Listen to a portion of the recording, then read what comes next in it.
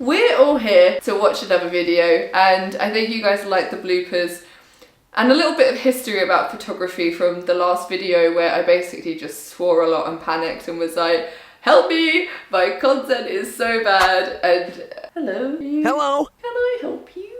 Anyway, so we've got another friend. Come on in. For fuck's sake. I don't think I was cut out to do this YouTube thing, if I'm honest. So you think I'd be like, I've got Mac here as well. You think I'm some sort of little animal doctor.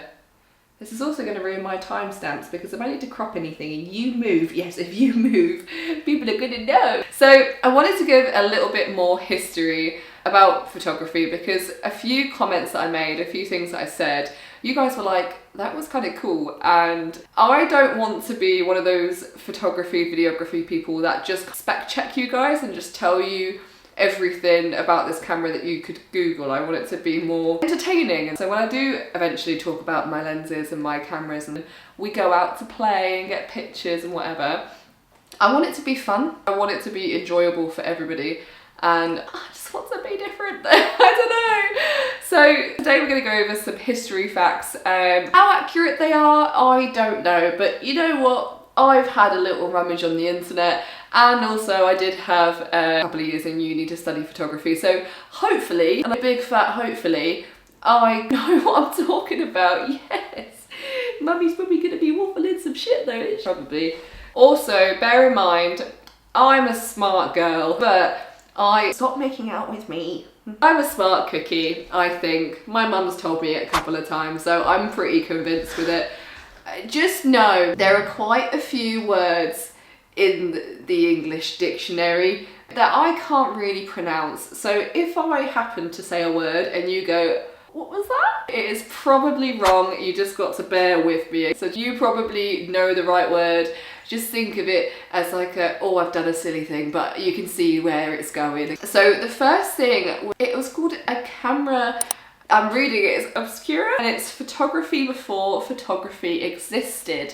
So the best way to explain that is a pinhole. And if you looked through this pinhole, it was like a reflection, but people were taking photos without actually capturing that moment. So they would be taking the image, but the image was never saved anywhere. It wasn't documented, it wasn't printed.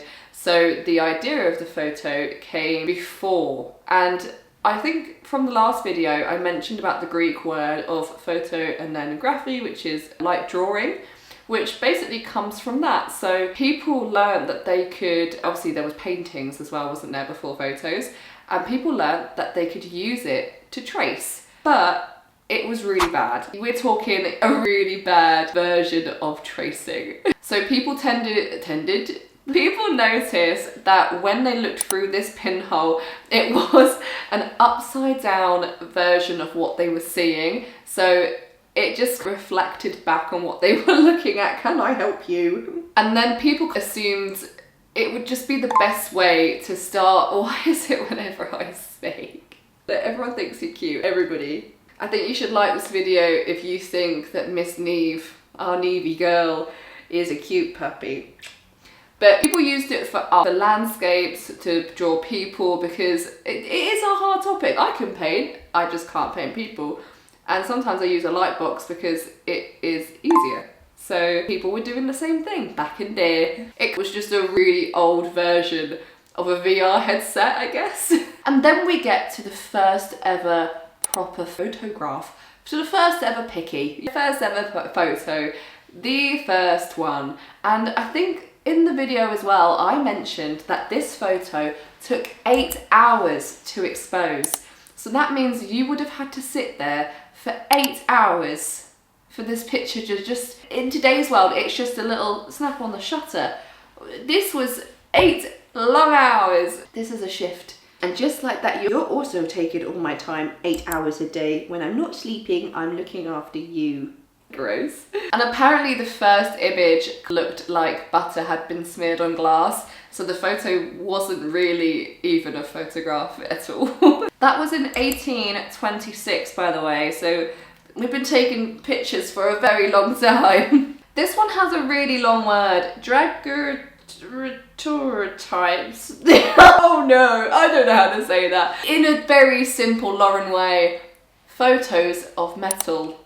People could project photos onto metal plates, and so that was the progression from the first photograph. They were sharp and detailed as well, and they were made from polished metal plates. Also, the exposure times changed, so we're not talking 8 hours to expose a photo anymore, we're talking minutes. It could be projected onto this metal plate so quickly. The only issue with this was when photos were being taken in this couple of minute frame, people became a little bit restless, a bit like you, Nevy, and that means when people would move, the photo would look slightly blurred because the shutter was wrong, so it would look a little bit haunted or a little bit ghostly, and this was in the Victorian times, so you can imagine the vibe of that one. Then we get into a bit more of a creepy phase. So as I said, the Victorian era, they loved a good pic, but this is also when some of them started to take photos of the dead. So there was a thing where it was obviously, I love you loads, but it was post-mortem photography. And if you give it a Google, these people look alive. They look still, completely content, but they're dead. Their eyes are open, they are upright, it's just, they're not alive. It's absolutely mad. But people would pose next to their dead loved ones, and then that would be their picture in their little living room, because it was so convincing that they just did a thing with it. It was like, your nan's just died, popped her clogs, let's go grab her. She never wanted to join in the pictures anyway. Got no choice now. Fair enough. That was in 1842, by the way, so still a very long time ago, back in there. So getting away from the morbid bit, obviously I had to mention it, just educate you guys on that. We then go into film photography. So this is your little roll of film that you then would go to a shop, go get it produced, it would come back in 4 weeks, and you would have no idea if it was a good image or not. 35mm little films, takes a couple of weeks, come back, your picture's overexposed. And I've done this as well before, where I've found a really old camera that it's like a disposable little holiday one. Am I boring you? Props. Anyway, you take photos, you take it to be developed, you come back and the pictures are black, or they're really blurred, or they have a lot of noise on them because they're either underexposed, it's just not right, maybe they're expired film. So film was a lot more tricky, but it was more of an art form because you had to take time with the dials at the top, learning your ISO, your aperture, your f-stop, all of those lovely little bits. So it just took a lot more love and art into an art, I guess, because photography is. And this is where we have our good old Kodaks. Is it gonna work? Are your eyes gonna be shut? You might have had that little half blink and you're like, oh, and I do that now, but you can actually take 10 photos at once. On iPhones, you can't do that with a 35mm, and you'd only get 30 pictures. You wouldn't get a lot of choice. So you really had to make sure that you got that right photo. You take that one selfie and you just have to live with it. So if your grandkids are like, Mum, is that what you look like when you were younger? You just have to deal with the fact that that picture of me looking like that, that's me.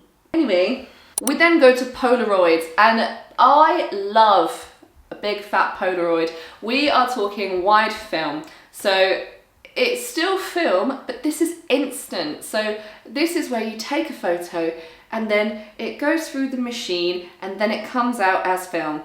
It comes out. Obviously it's like in a little white border, it takes a couple of minutes to develop, but you can see your pictures instantly. However, it's so expensive.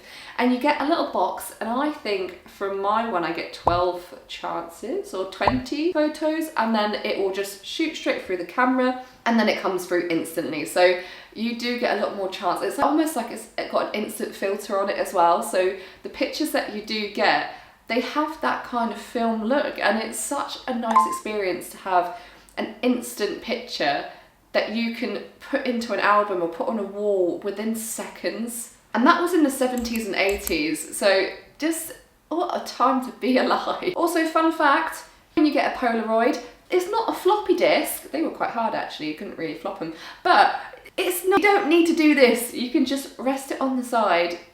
You can actually disturb the ink by doing that. So please let them rest. I'm not praying, but let them rest. And then we come across to today's world of digital cameras. You know about digital cameras because you have to pose for me all the time. So we have so many different types of digital camera. You've got your compact camera, which is a little one, put an SD card in it. Your mum or your nan probably has. You use this camera all the time. Family events, little holidays, love. Bridges are a camera with a fixed lens. Now we're not talking about your little Fujifilm ones, we're talking about your cool pics. So these are ones that had the zoom range to reach to NASA if you wanted. They would just keep going and it would probably make a girl very happy if it was a man. But after your bridges, you then get your DSLRs, and this is your professional camera. This is a big heavy body. You can take multiple pictures in, so it's frames per second, so you can take a couple of pictures at once. You can then have interchangeable lenses. So we're talking about your 50 mils, your 85s, your 120 something, your 200, 600. It's the endless possibilities of different types of photography.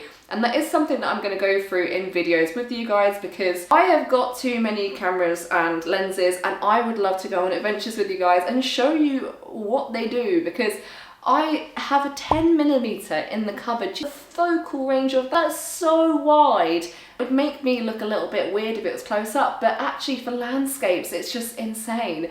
Or I've got a 600mm, which is literally the size of a fucking horse, and I can go take pictures of ponies if I wanted to, or horses in fields, or boats, and it's such a heavy camera lens, but it's got a handle on it. It's so cool. Or you've got 24-70, which is what I'm filming on now, and it just means that you can change the focal length, but the lens is able to move around, and sometimes you can get an f4, which means that it's not blurry in the background, but it allows you to do a different focal length, or you can pay a bit more and get a 2.8. So you've got so many different choices when it comes to lenses and these DSLRs. It was kind of freedom and creativity was given to so many people, and we loved it.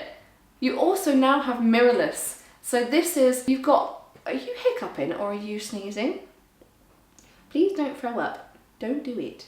So you have your mirrorless, which is basic. What is going on? What's going on? Mirrorless! It's got no mirror. So obviously when you take a photo, it reflects from the mirror, goes into the sensor. That's how the picture is taken, I think. And this time it's all digital. So you have a digital viewfinder. Everything is more electronic, but that means that pictures are taken more silently. They can take more at once. Yeah, you get a little bit of banding if you're on certain lights, but there's now filters. You can get, I've got a black mist filter on this lens right now, so it means that different lights have a bit of a nice sheen to them now. And also it kind of acts like, if you're outside, it's like having sunglasses on. It's just amazing. And the camera that I'm currently filming on is the ZR. It's a Nikon. It is a cinematic camera, so it's not just for photos. We have advanced into video, and we can, there's movies filmed on the FX3, and I have that as well, so it's a video that I'm going to be doing on that, maybe a little series of trying to do maybe a few cinematic short films. I don't know, but the possibilities are endless. But there is so many different types of cameras, and it is such a wonderful thing to be able to just take a photo for a job. It could be for a brand, it could be taking photos of your relatives, loved ones, your friends, embarrassing moments. Literally, I'm filming a YouTube video because I've got a camera and I've gone, this makes me happy, and that's such a cool thing. We also have smartphones, so we're taking away the fact that I know there's cameras, but you also have your phone. And some of these have high megapixels. You can take the same sort of photography. Yes, there is going to be a slight difference in the professionalism of it and the detail, but you can take photos so quickly on your phone. It used to be your little Nokia that you'd be taking this blurry little image, and now you can take a really complex picture of a landscape on an iPhone in seconds. This also means that people can take photos very quickly and mass produce and mass post. So we are going online, we are posting so much, and it might be too much content. And then we have it, I've got to say it, we have AI photography, and I know it's not really photography, because you're not going out and you're not going, I'm going to take this picture snap. You are asking a machine to make an image, to generate something that might not even exist, like an elephant on a skyscraper, something very weird looking. There's always going to be something a bit different. So one of the biggest things is if they do portraits for brand deals, sometimes they have missing or extra fingers, but people are classing it as a style of photography.